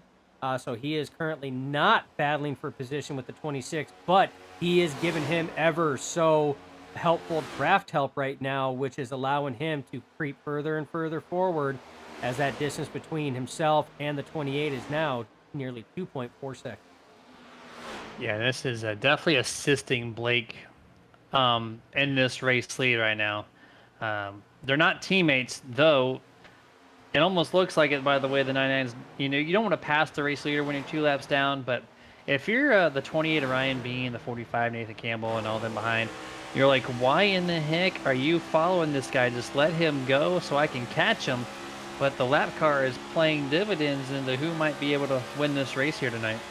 Oh, absolutely. And if Blake Howell is able to bring this home, I would expect at least a big thank you to go to that 99 if it would end as it sits right now for giving him that assistance, because that is making Blake Howell's job even easier. As we are seeing exactly the draft help the 99 of Ruff is given the 26 right there, as he was ever so close down the straightaways there. He gets to the back bumper, but doesn't even try to move to the inside or outside of the 26 Blake Howell. They crossed the line this time. We have 12 laps to go for the Waterford Concepts 220. That lead has extended. Blake Howell leads Ryan Bean by almost 3 whole seconds. Nathan Campbell, another second almost behind him, 3.8 off your race leader. So right now, Stealth Motorsports a little more separated, though, all still second place through seventh. Yeah, I mean, either way you look at it, I mean, strong run by Stealth Motorsports right now. Fantastic job by all drivers in there. Uh, unless unless something changes, Jeremy, I do not see anybody being able to get up there to compete with Blake Howell in that 26 right now. Almost out to a 3-second lead. It's going to take a caution to close the field up, or it's going to take a mistake on the part of Blake Howell to close that gap up, because he just, with the help of Ruff, that 99 behind him, he just keeps trekking and just keeps stretching that lead out right now. That, I mean, as it sits, this is one of some of your closest battles right now. Here is 3rd through 6th, you know, with Campbell, Potter, both Potters, and Schrenthal. And there's a couple other battles on the track. This is the main one right now. These 4 Toyota Camrys are just nose to nose, except for the 34. This time, Mr. Potter going to the bottom here of Campbell, and then he gets a follower here from the number 4 of Brock Potter. So the 2 Potters to the inside. Oh, they're going to make contact. Teammates trying to almost wreck each other through turn 2. They keep it going straight. That's going to lose a lot of momentum for the 45, and especially the 4 of Brock Potter. He's going to fall behind Zach Strethenall. Yeah, so again, was up there, potentially going to be able to pass the 45 of Campbell, but you've seen, you know, we talked about it before, when you get side by side, I mean, it just takes the air right off of these cars and just creates such a weird weight that these cars, they have no front bite, and they just go up the track to the point that you have to drag the brake, you have to roll out of the throttle to prevent contact. And you've seen what happened right there with the number 4, Brock Potter. It was costly, and he was not able to follow Nolan Potter in the 34 through, so he had to fall back in line now behind Schrenthal and the 45 Campbell. Yeah, you just lose all the air on the side of your car, and that thing just pushes up in these next gens, and you're just along for the ride. And that was exactly the case there as we saw it. But they kind of simmered down. There's a little bit of battle for just outside 10th place with Tony Ludi in the 8, the 80 of Alonzo King, the 38 of James Catrone, and the 11 of Alexander Hodge. So another little 4-car battle here as well, just outside your top 10. You can see on your screen the 80 in that pink and black. Alonzo King trying to make a move to the inside of the number 8, Tony Ludi. Corner exit here, the 38 sees the door open. He's going to try to make a pass on the top side. Yeah, Catrone right now giving good push in the wake of the 8 of Tony Ludi.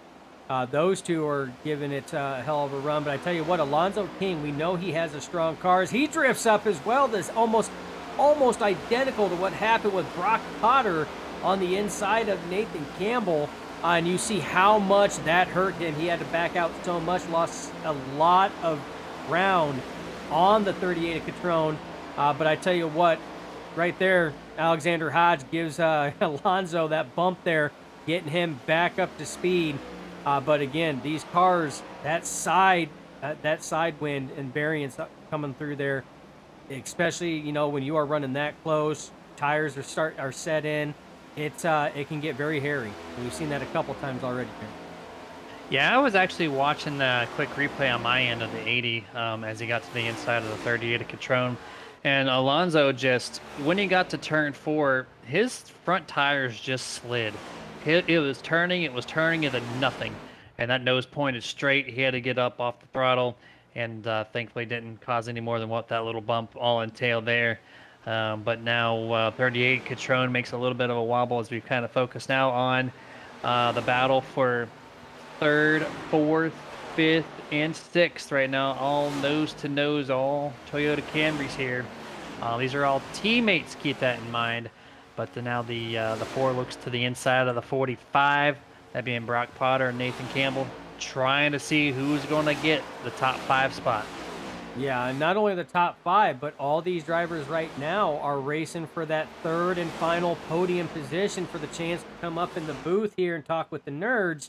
That right now is being held by the 34 of Nolan Potter. So Schrententhal, Brock Potter, and Campbell are all chasing him down. And while these guys were racing, the 5 of Hayden and the 88 of Massetti have now closed the gap, and that 4-car pack is now turned into a 6-car pack. Yeah, quickly have picked up a couple cars here, and so close here between the 4 and the 2. The 4 of Brock almost wanted to make a move on Zach there, but backed up, went back to single file there. Now the number 5 of Matt Hayden, who has shown up with a lot of speed, has those fresher tires. Remember, he was on the back half of that pit cycle. He's making some serious gains, passing quite a few here, trying to get Zach on the back stretch. Yeah, trying to, but just does not have any help right now from the 7 of Rothery, who was giving him a good push, but Rothery fell off. Now you see Rothery close that gap a little bit. But I tell you what, the 5 of Hayden still giving good chase right now on the inside of Schrententhal, as those guys are neck and neck, but Schrententhal, big push from the 4 of Brock Potter. 3 laps to go here for the Waterford Concepts 220. Blake Howell still has a 4.5-second lead now over Ryan Bean. And so this is why we are focusing on 3rd through 8th place essentially at this time, because those guys are all neck and neck here. Who gets the final spot for podium? Who gets the top 5 stat? That's why they're duking it out here. Multiple things up for grabs. The number 5, Matt Hayden, collects that position now. Now he's got his eyes set on that 34, and this is going to be for podium. Yeah, and I tell you what, he's been getting a lot of help from the 7 of Rothery right now. Rothery not for position.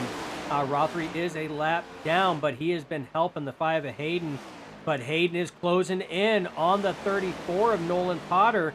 2 laps to go. He's got the time. He's got the speed. He's got to make the right calls. This could be for that final podium position. Who's going to come away with it, Jeremy? Well, there's a wreck in the back I heard from one of the drivers. I don't see a caution flag just yet. Will it be white? Will it be yellow? As the leader, Blake Howell, gets to the line, it is the white flag presented by absolutely nobody. No caution will be out for this race here. The 26 clearly has the lead, as we're still focusing on the 5 and the 34 to answer your question. Seeing them side by side, it's almost a cheat at this point, but I'm going to say Matt Hayden, but the 34 of Nolan Potter not giving up. No, Potter not giving up at all. Neck and neck as they come off of the corner. Right now, Hayden has the advantage, but that run on that high side, Potter fights back on that high side as they dive it off into 3. This is your final contact made. They drift up Potter up into the wall. Hayden takes over that 3rd position. Potter falling back right now and could go to the clutches of the rest of his team. Man, that's going to take away from the win, but Blake Howell in the 26, your Martin Sports winning moment, belongs to you for just having an absolutely fast setup to defeat everybody else by a large margin. So congratulations on being the 3rd winner of the 2023 B season for the Best One Tire RSR Next Gen Cup Series. Absolutely. That was a hell of a run. And I tell you what, he had better thank the 99 of Kevin Ruff on that, because Kevin was pushing the hell out of that 26 machine there. Allowed him to get ahead by over 5 seconds over that man on your screen there. The 28 of Ryan Bean stopped his 4-peat attempt right there. And we have our 3rd different winner this season. And guess what, Jeremy?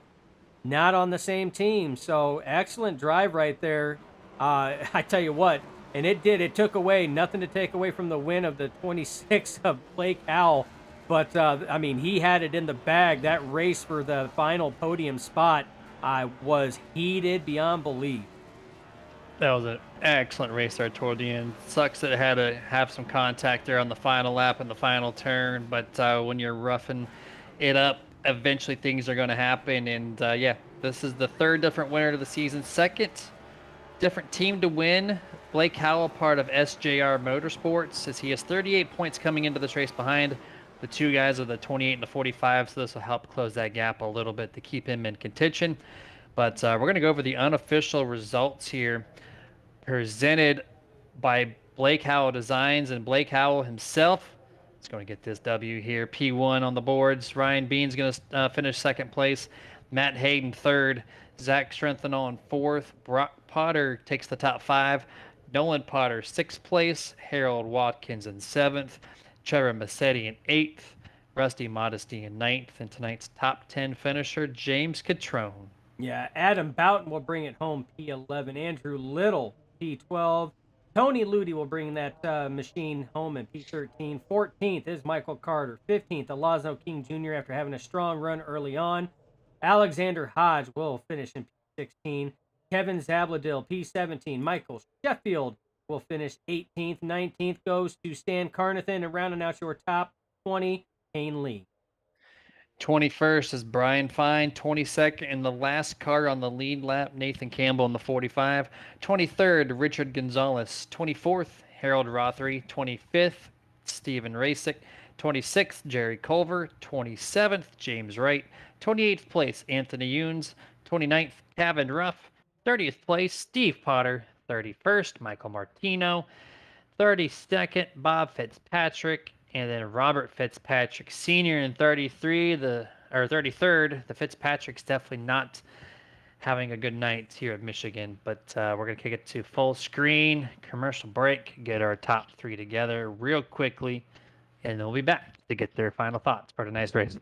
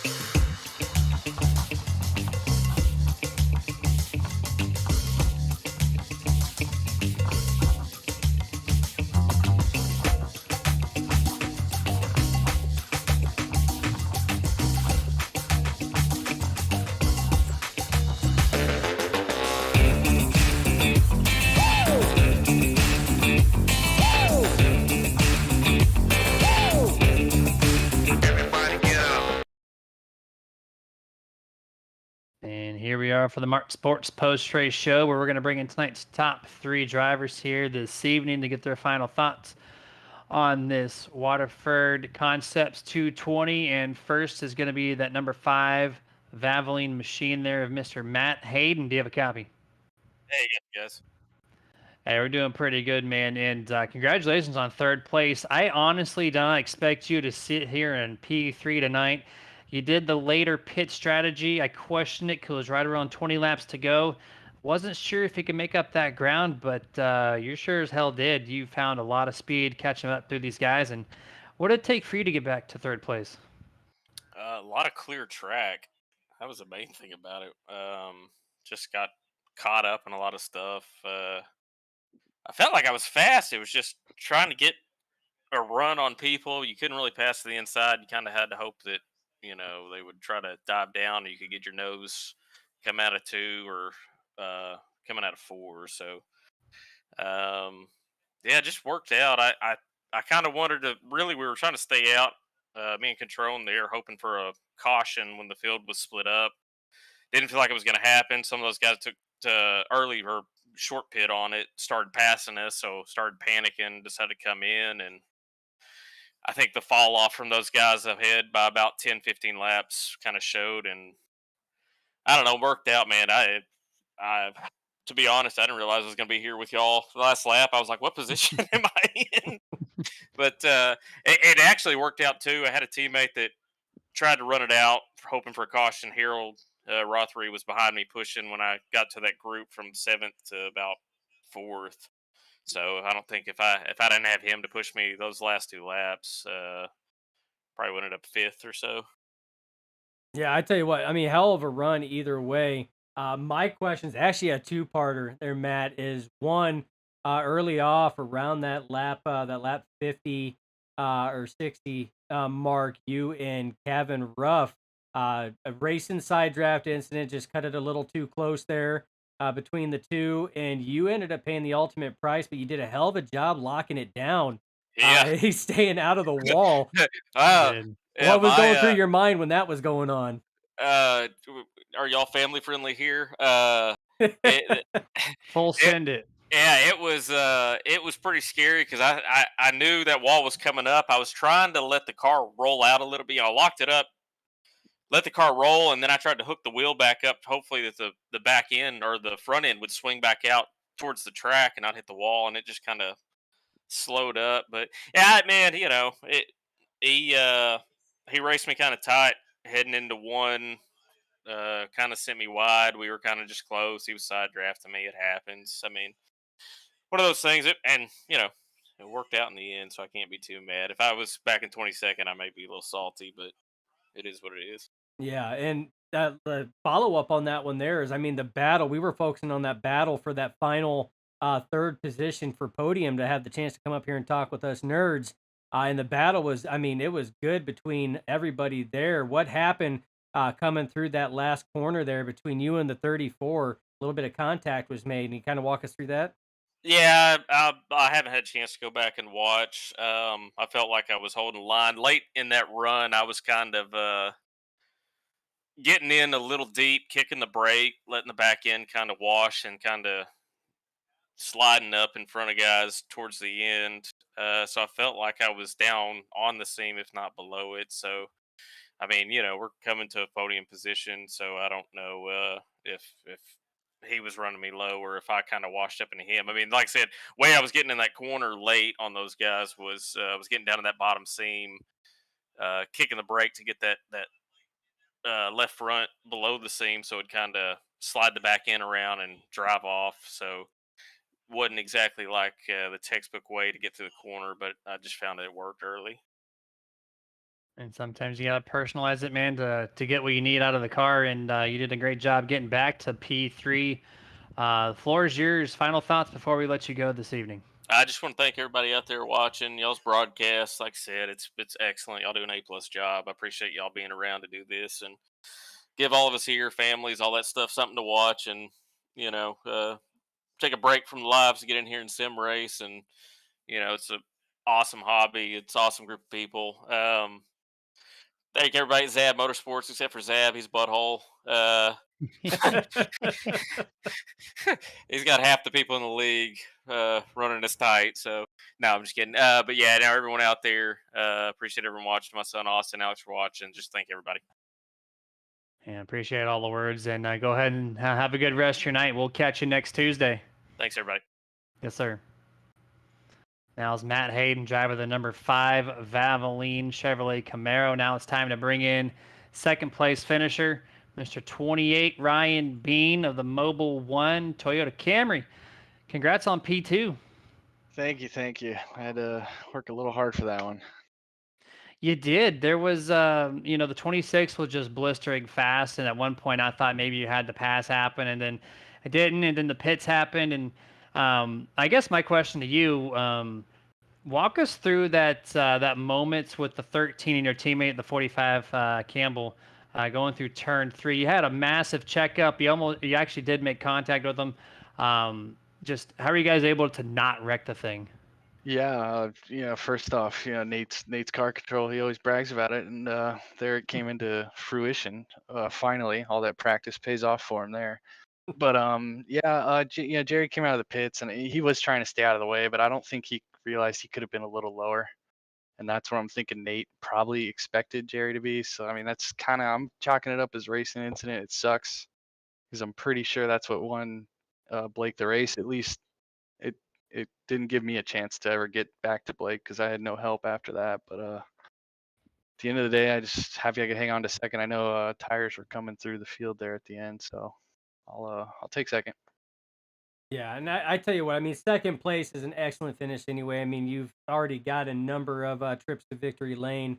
I mean, aside from that incident that happened with 13, uh, was there anything that you could have done or could have done differently to possibly put you closer to the 26 of Blake Howell, rather than what it was, whether it was pitting earlier, um, anything that you could have capitalized on? Um, I definitely I don't know. It's so hard. It's so hard to pass here. I stayed within 2/10 of them for about 25 laps there before the pit stops, and I was literally just about to pit and like silent pit, not call it. And he says pitting in, and I'm like, dang, that would have been my only shot. And I beat him into the pits, beat him out of the pits, but yeah, he was a lot more brave on a pit exit than I was, and that's pretty much where me and him were just talking about. It's pretty much where the race was almost won, but yeah, I did. I needed Nate to be up on my bumper, and it's so hard as a third car to be on the bumper of second, especially when second gets a run. So it's you need the perfect set of circumstances. And at the end of the day, Blake hit all his marks. He was flawless today. That was Christopher Busher esque, just like yesterday. That's a pretty solid reference, I would say so for sure. And yeah, just great drive, man. I mean, nothing to hang your head on second place. You did a hell of a job. Maximizing your points essentially here. Just one position shy on the four, Pete. But I'm sure we'll be back at it next week for sure. Final thoughts, man, before we let you go. Yeah, oh, that was a blast. This league, that was one of the better races I've ever been a part of. It's these kinds of tracks are fun with the speeds and stuff, and yeah, I got to thank my teammates. We worked really well. I think we all got stage points, and I believe we all got top tens. Looks except Nate, he got spun there at the end. But at the end of the day, good run for all of us. We were all right there all day. And yeah, thanks to Ludi Sheffield. Thanks to you guys up in the booth. Thanks to family for watching. And Indy Oval, that should be fun next week. Should be a lot of fun for sure, man. But go ahead and celebrate and have a good rest of your night. And we'll catch you next Tuesday. Thanks. Later, guys. Yes, sir. And that was the number 28, Ryan Bean, driver of the Mobile One Toyota Camry for Stealth Motorsports. And now it's time to bring in the winner for tonight, the third winner of the 2023 B season, the 26th of Blake Howell. How's it going, man? Congratulations. Oh, it's great. Man, I don't know. I don't even know what to say about that. That was awesome. Yeah, I mean, with the car like that, you had your grandparents in the chat cheering you on the whole race. So you had everything going for you. From the get-go, that car was just blistering fast. The strategy played in your favor. There's no cautions, essentially, -1 early on. So, with a fast car and no cautions holding you back, like it was yours. And a little bit slower pit entry. We saw Ryan pass you there, but on pit road exit, you took off from him and then just kind of sailed away. So just kind of walk us through your prep time coming into this evening. Nothing really. I didn't do much before this. Um, and then halfway through practice, my computer shut down. And I Oh. didn't even know if I was going to make the race. So it's a quick turnaround, but it was a good one. I tell you what, I mean, quick turnaround, but it paid off. It paid dividends big time. So here's the thing. I mean, we were talking with Ryan Bean, obviously finished P2, and he said that you were a lot braver than him on pit exit like that, and that right there, he felt was probably what won the race there, because that's what put a lot of that distance there. But do you feel, two-part question, do you feel that that is accurate? And do you feel that that coupled with the amazing push work that you were getting from the 99 at Cabin Rough was what allowed you to stretch out to over a 5-second lead? Yeah, so huge thanks to Kevin. He helped me out so much. He didn't have to do that, and I'm so thankful he did. And with the pit exit, that was one of the few things that I did work on during practice because I couldn't stop wrecking. So I got pretty used to that.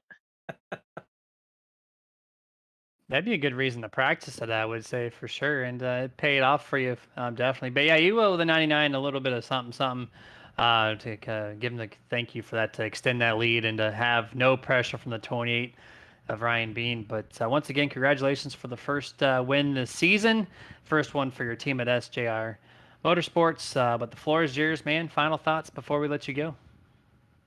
Yeah, I want to thank my grandparents for cheering me on in the chat tonight. Always happy to have them watching. Want to thank Ray's Energy, Red Duck Comics, Peak Antifreeze, and everybody else on the car. Yeah, well, that's about all I got.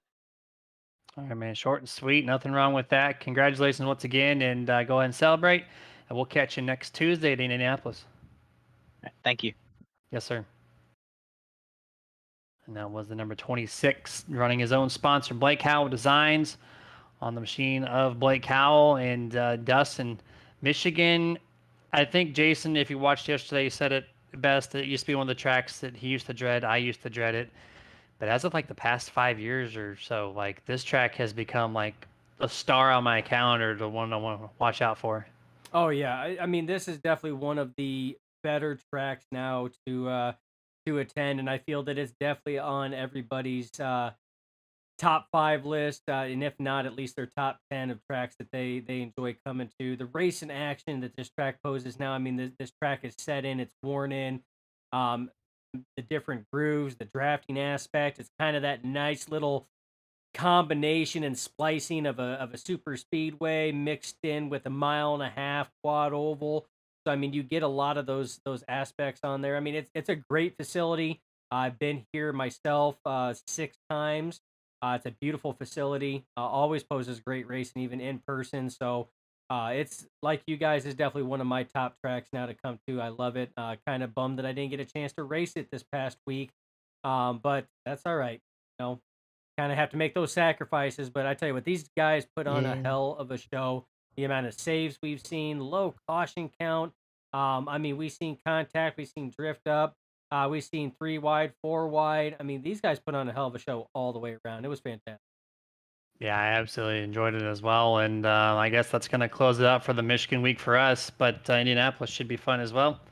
But give a quick shout out one last time to all of our partners. You're going to see them on the right-hand side of your screen. First and foremost, the league themselves, ERL, with this RSR Next Gen Cup Series presented by Best One Tire.